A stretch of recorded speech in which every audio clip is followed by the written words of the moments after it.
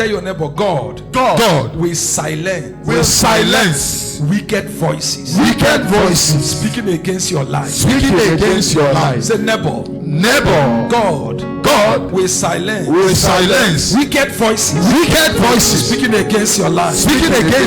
Shout a big amen. Amen. In the days of David, the Bible said there was famine. And the famine was not natural. Why? Because natural things happens maybe once in a blue moon. But the Bible said year after year, there was consistency. Constantly, there was famine. And David said, this is not ordinary. I have to seek the face of God. There are natural things that are controlled spiritually. Thank God that David was not just a carnal leader. He was a spiritual leader. It is frustrating to have somebody to be your leader who is not spiritual. In this world, if you are natural with the natural world, you will die like men.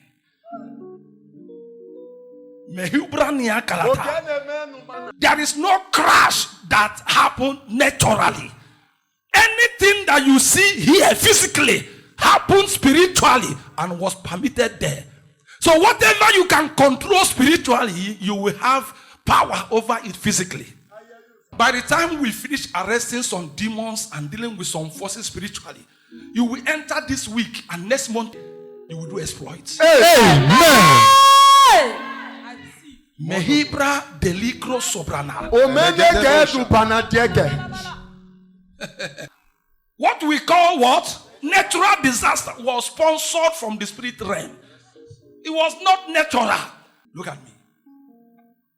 The Bible said it was consistent. So any disappointment that is consistent in your life is not just a coincidence. Somebody told us here that she had had miscarriages. How many times? 5 times. It wasn't natural. You are hearing me say here. You are carrying 2-1 certificate. Anytime you go for a job, they will tell you, you have done well, you will hear from us. Someone told me, I am tired of hearing you will hear from us. It wasn't natural. And David saw that this one was not natural. He seeked the face of God. When he went to God, Jehovah told him, there is a voice that is speaking against the people of Israel. And that voice, even though I am the Almighty God, there are some voices I listen to. 200 years ago, a covenant was entered with the Gibeonites and Joshua. I was there the day the covenant was made. They made it before me. The priests were there. They took an oath that nothing will make an Israelite to kill a Gibeonite. Saul rose up because he wanted to impress the people of Judah. Because Saul came from Bethlehem, the tribe of Benjamin. So the people of Judah who always think, how can the least tribe come and start ruling us? So they were not actually in support. And Saul, out of zeal, the Bible said, he wanted to impress, and he went and killed the Gibeonites. And they don't have say, but they gathered before an altar and made some incantation. There was an oath that was taken here. And the voice rose. Now, what Saul did was not recorded in anywhere in the Bible. You can only see Joshua chapter 9, where the oath was taken. But you will never see where Saul killed the Gibeonites. Certain things may not be recorded in the book, but the voice will be speaking.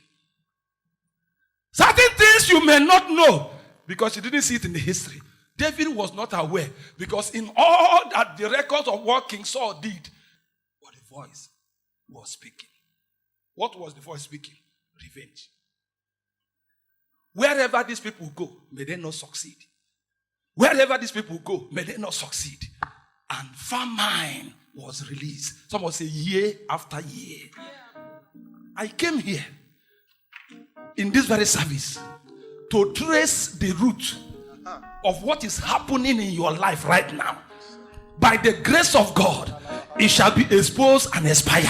Amen. There are certain battles you don't understand. There are certain experiences you cannot explain. There are people that you are more smarter than, but they are making it. There are people that you brought to Lagos, but they are ahead of you. You introduce them to the business, but they have left you behind. There is a voice. There was a voice. There is a voice. There was a voice. And Saul said, God, what do I do? He said, go to those people and tell them that you have found it there. And he went to them and said, what do I do to you? Do I give you money? They said, no.